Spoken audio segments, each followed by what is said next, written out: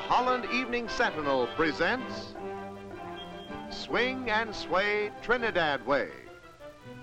Trinidad, Tobago, Grenada.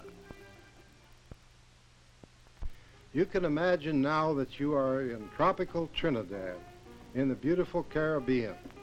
Trinidad, Tobago, and Grenada will be the spots that we will visit today. Down here in Trinidad, about 1/3 of the people are Indian, Hindus, and Muslims. 1/3 are Negro, and 1/3 are cosmopolitan, or a mixture. This is a scene along the road where you see a sugar plantation. They have wonderful crops of this kind down there. These boys are out on a Sunday having fun with their little donkey and cart. The poor donkey has to work all week in the fields, but here he has fun with these boys. Just outside of Port of Spain, we find this field where the boys are playing ball, and on the hillside, a Catholic convent and school. This is the Catholic Church in Port of Spain. Some girls here getting ready to go into the service. In Port of Spain, you will find a great many churches of different kinds. Besides the Hindu and the Muslim, they have many Protestant churches and a good many Catholic churches. But right here we have a little picture of the harbor. It's a great shipping port, the Port of Spain. It takes in many boats from South America and going toward North America. It is a sort of a melting pot for the entire world. Here there are storage sheds for products. Right here you see one of the trees outside of the church, which is a Church of England. That is an immortelle tree. You also find many flamboyant trees and frangipanges down here. They are most colorful and will add pleasure to your visit. The salmon tree, an import from India, whose roots are as wide as the limbs spread out. And here are poinsettia, tropical flowers, in the Botanical Gardens, where the government house is located. These botanical gardens hold many beautiful and exotic plants. This is a better view of the government house. In the background you can see the low mountains. Many of these islands down here have considerable mountains that run up to around 3,000 feet. This is the government building, the seat of government for the Caribbean Federation. Now here is the Masonic Hall on the hill, and just below it you will find a Muslim church. The spires stick toward the sky and are very beautiful.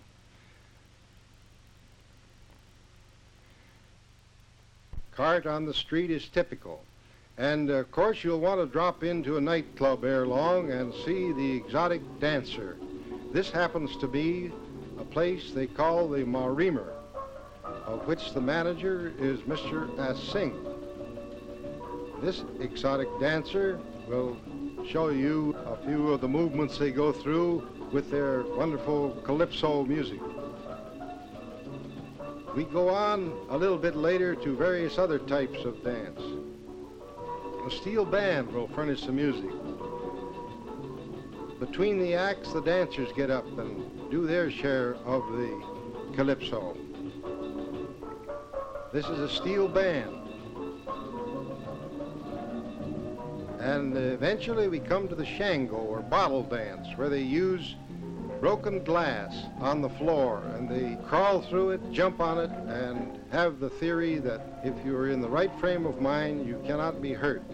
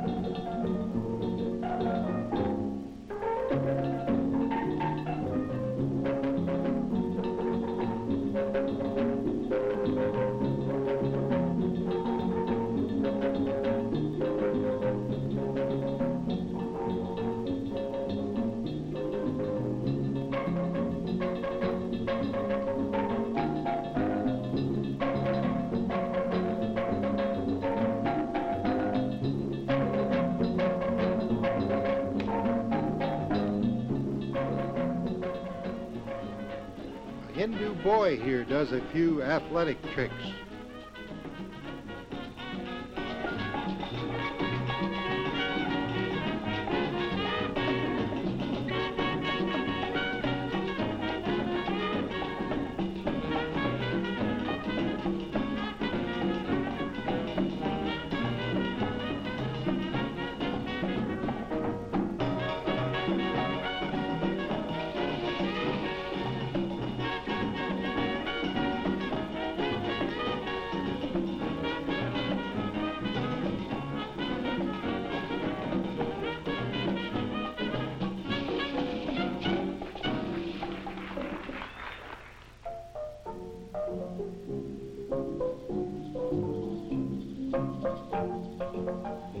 Now this is an East Indian type of dance.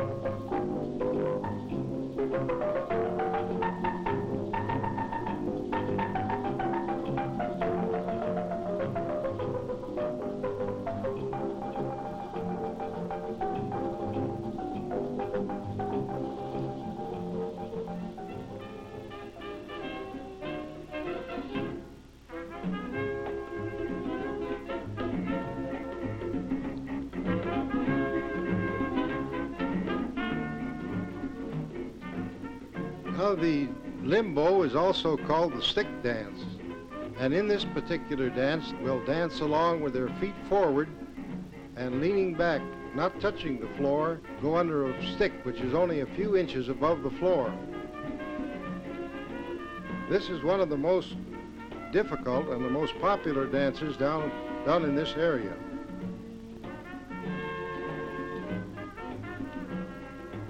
In the limbo, the stick is progressively lowered.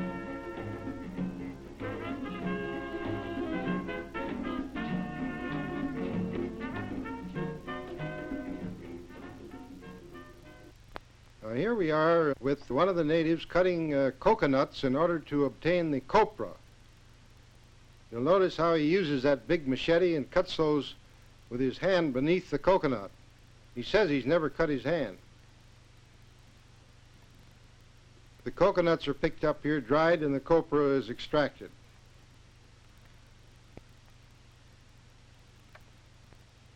I guess he's going to go on cutting this forever. Well, here we see a boy and girl. These are happy days, according to the tape on her forehead, she explained. Flowers in the sea, a beautiful area on Tobago, overlooking the sea. Caribbean Sea, the water is very clear and blue of many shades. Now this is a flower which is not common around these parts. It's known as a cocoa lily. These are some happy boys and girls walking along the road. This is a typical home on the islands of Tobago, which is a short distance from Trinidad. The yellow pui tree is often seen on Tobago and other islands in the area. I might say that all three of these islands are British islands, although they now have the Caribbean Federation and are the same as many other British possessions. Here a couple of fishermen come in. This is at Arnis Vale, one of the popular resorts on Tobago. The fish are bonita and barracuda. There are a lot of rocks here in the harbor, beautiful water for swimming. The coral rocks make a good place to go snorkeling. This gent cleans up the fish and takes them up so that they can have them ready for dinner in the evening. I think Arnis Vale has one of the most beautiful settings of any of the resorts that I visited in the area. It's run by a Britisher, and he certainly knows his beautiful spots. The site of Fort St. James, you will note, was set out in 1666. That's a long time ago. It's made from a volcanic clay, which is now turned to stone, and it seems just as solid as the day it was set up. The old English cannon are here. Originally, of course, they took it away from the Frenchmen. This is looking out over the sea from this fort. The sea is ever rolling here in the Caribbean, but it's a gentle roll because while we were there, we saw very little of any heavy winds. Beaches of black sand, part black sand, volcanic sand, and white sand. This is Mr. Grover Hamilton in an old Moravian church, an abandoned church where he makes his home. All through these islands they have pipes running up over the hills, and at these taps you can get a drink of water. Also, natives use them to make their baths. Now these beans with the scarlet pod are very unusual, and we'll make a close-up so you can see what they look like. Black-eyed beans. I imagine they're good to eat, but I was unable to obtain any information on them. This is Joseph's robe, which is a common flower down in that area. Very beautiful, Joseph's coat of many colors. This is a coffee tree. And right near here, there's some cocoa beans. Cocoa beans here with the pods, of course, inside. Notice they come right from the trunk of the tree. They don't grow out on the limbs. When they get very yellow, they're ready to open. Now, the philodendron is a popular vine down there, and is commonly used for houseplants in the north. And here we see immortelle, orange flowers, many beautiful flowers in the trees there. Immortelle is perhaps one of the most beautiful. The Isle of Paradise bird is out here in the distance, and that house is the caretaker of the island. It's a sanctuary on Little Tobago, and right nearby is Speyside Village. And on up at the end of the island, we come to Charlottesville. Here they have a very nice beach, and a number of new homes have been built here. You can see the beach here. I tried the swimming at Charlottesville, and it's excellent. The bay here is deep enough for a good many large boats to come in. However, this end of the island is very little used. This looks like a motel, but it is a cluster of native quarters. Women carry everything on their heads. Now we're going to the goat races here. This gentleman arranged the goat race, and it took place right near Samuel Chance's bar. Mr. Chance is here in person, as he was one of the officials of the Goat Racing Association. This is a big thing down in the island. That I can't say that the goat race itself is a very big thing, but you'll have a chance to see. This is the goat race. They have the goat on a rope here and run them along.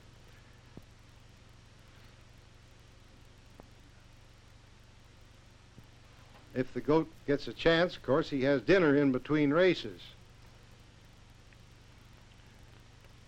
Once in a while they have to do them over again because the goat gets away and runs out into the bush, but we didn't have that particular trouble on this day. Now, if you want to see calypso, the way it's done by the natives, we'll show you a bit of it right here. We saw some children playing right near this boat race, which is on Buku Bay and Reef in that area. So we thought we'd get a few samples of the real calypso as done by the youngsters way down in Tobago land.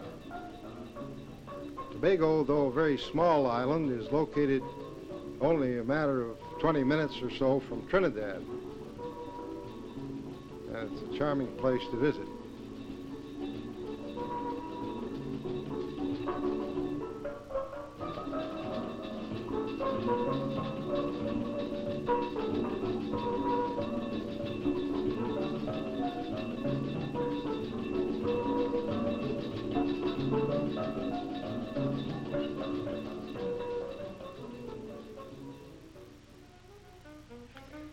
Now this is the Santa Maria Hotel on beautiful Grenada.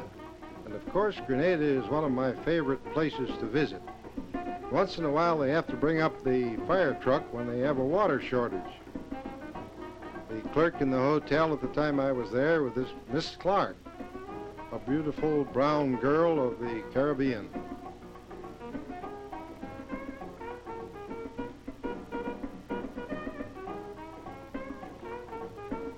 And just a short distance from this hotel, we find the waterworks way up on a high hill, established in an old fort overlooking St. George's. You notice that volcanic clay is used here in making this fort, which was probably built 300 or 400 years ago, standing today and in good condition. This gentleman went with us through this old fort to point out some of the things of interest. In fact, we visited other forts with him, and here we are looking off into the mountainous area, just a short distance away from the fort. Down the hill, this is the home for the aged down there. We look out on St. George's, which is right on the Caribbean with a very fine harbor. Now this is a iguana. My friend Woobson managed to catch this down at Nicholas Nichols' place. Nichols has a large plantation there. This iguana is a leaf eater. He lives in the trees, and Woobson captured him so that I could get this movie picture. The natives there eat the iguana, but on this particular occasion I didn't have a chance to taste iguana because I was gone before they got enough for a meal. The iguana really looks like some prehistoric monster. Now they spray a little water on this iguana, and you can see him lick out at the water. Apparently he was a bit thirsty. If you watch real close as we get along with the picture, you'll notice that when the iguana is picked up by Woobson, Woobson made the mistake of placing his hand too near his mouth, and the iguana grabbed him. I don't think he was seriously hurt, but he was a bit scared. Now watch him grab him.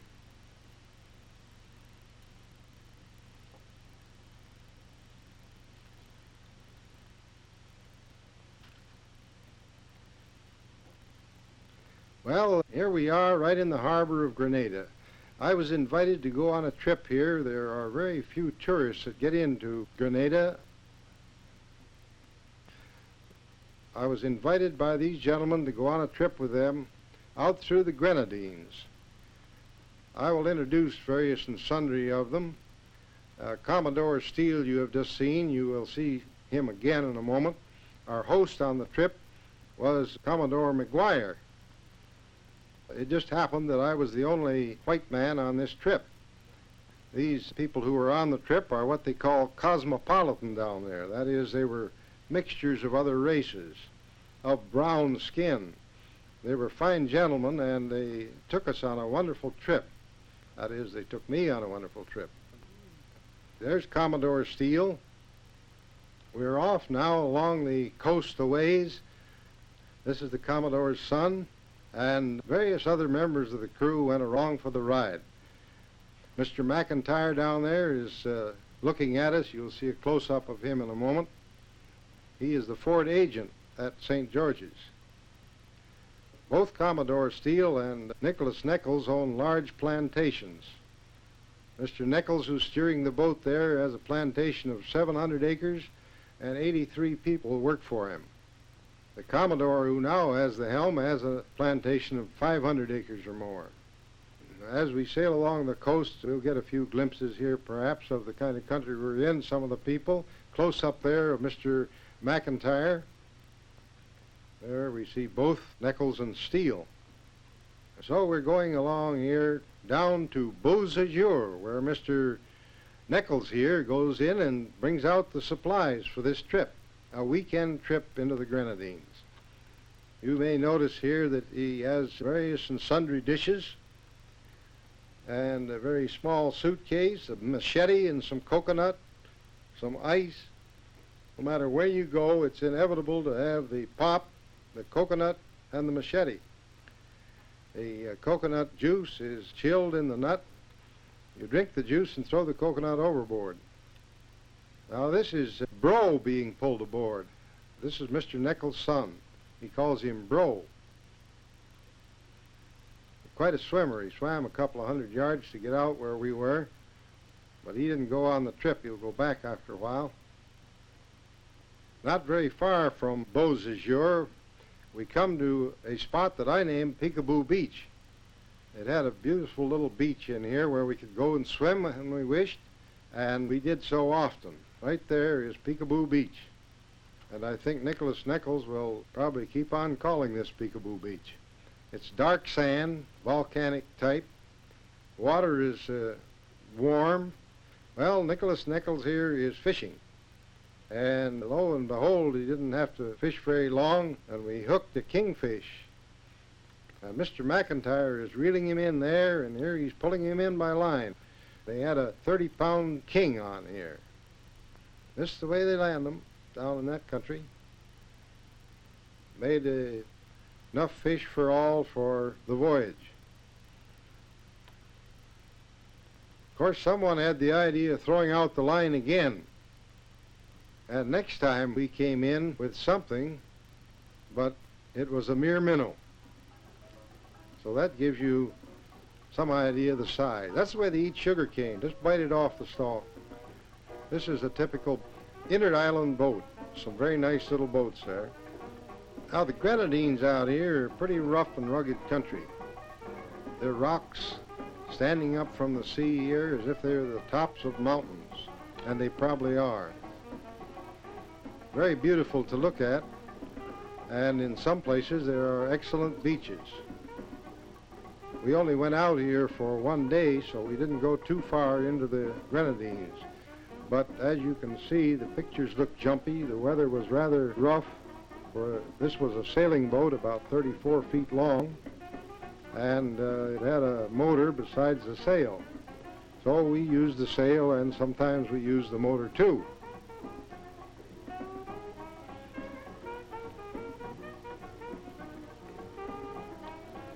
That island there had one house up on the side of it, and I think one man lived on the island. He probably had others helping him there. We saw a good many goats on the island.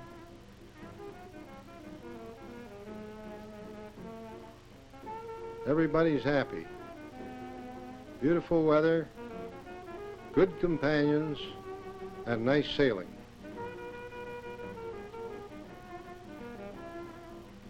A rugged shoreline here.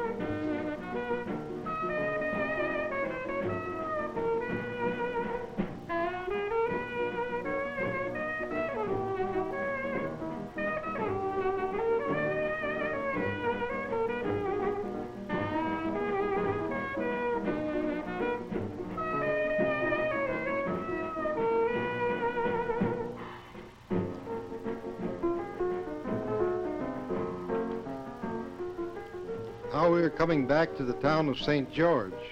Here we see the Esplanade as we sail along toward the harbor.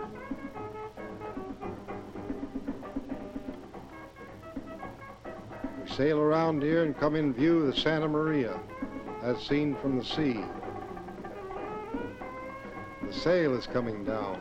We're running on the motor now.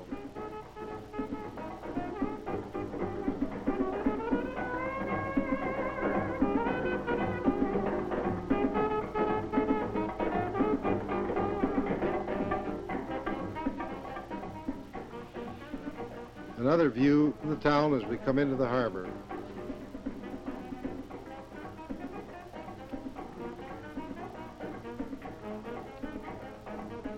We're along the Grenada. The fort is on the hill. A sea turtle that's been brought in to eat. They catch a good many of those down there. A short distance away, there's a beautiful waterfall. In the harbor, there's this banana boat, loading bananas for Germany. The pier and jetty under construction here. They're building $1 million pier and jetty, as the main one was destroyed here in the Hurricane Janet in 1955. That's a good scene of the harbor there.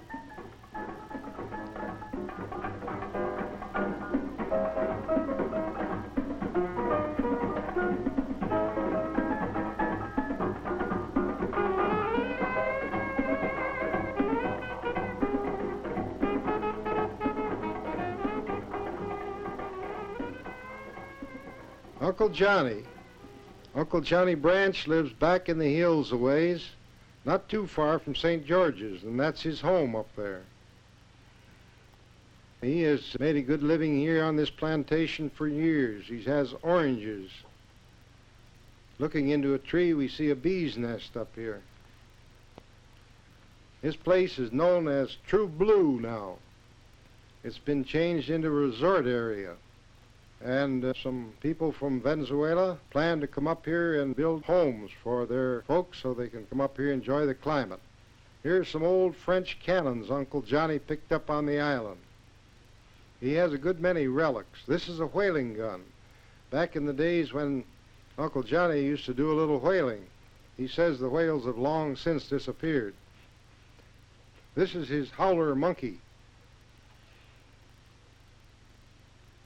Here you see an old hunting horn that was used many years ago. A conch shell is used as a dinner call. This is Emmeline, his daughter and granddaughter. You can grow pineapples on this kind of land, especially when it's irrigated.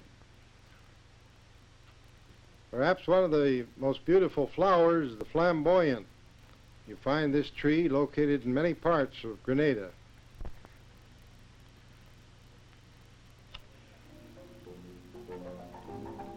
It's quite easy to obtain salt down here, and perhaps this is the oldest known method of making salt. Merely pond it up and let it evaporate in the hot sun of the Caribbean.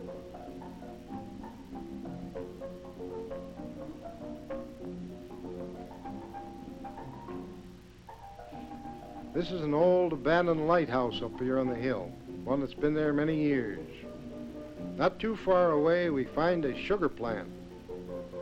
You'll see them bringing in the sugar cane from the hills and piling it up here, and eventually the cane is ground up so that they can extract sugar. Now when they do this, the cane has a residue which is a thick molasses, and this is also used by making it into rum. Rum is a popular drink in the islands of the Caribbean. Truck after truck comes in, and the hoist picks off these heavy loads of sugar cane, piles it up, ready for use by the mill. There are several of these small sugar refineries on an island like Grenada, which is only 25 miles long and roughly 15 to 20 miles wide. There's also a population there of 95,000 people, practically all of them colored. There are many beautiful little islands off of the coast. One island here is known as Hog Island. Some of these islands have excellent beaches, but I don't know of any of them that have their own water supply. Anyone going out there would probably have to supply water, which is plentiful on the island of Grenada. Now this is a large old water wheel, long since abandoned, part of a sugar mill.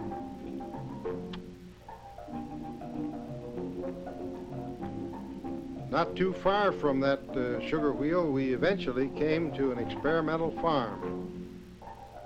I went to this experimental farm here where they had cattle and chickens and so forth, and saw this young man on the left who was a college graduate, and that's Nicholas Nichols, a plantation owner, on the right talking to him.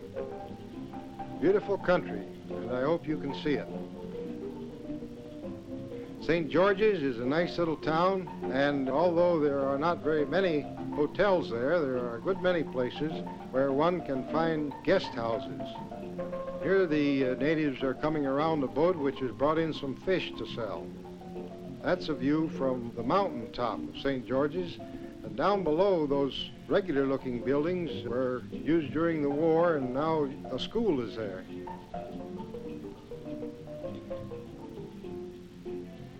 This is the spider lily, found in the hills, a wild flower, and here is the government house in St. George's and its surroundings. A beautiful location here, overlooking the harbor. Another old fort, and a very unusual type of cactus you'll see here. Long, slim stems growing out of this old fort. Well, not too far away from there, they had a guest house run by Mr. and Mrs. Curtis Hopkins. And from there, they had a lot of beautiful views over the harbor. And also toward the Grand Anse, which is an enormous beach more than a mile long. Very beautiful white sandy beach, which also had a beach house connected with it, where you could have lunch. And here you see some of the guest houses nearby the Hopkins place. The beautiful, clear Caribbean. What a place to spend a vacation.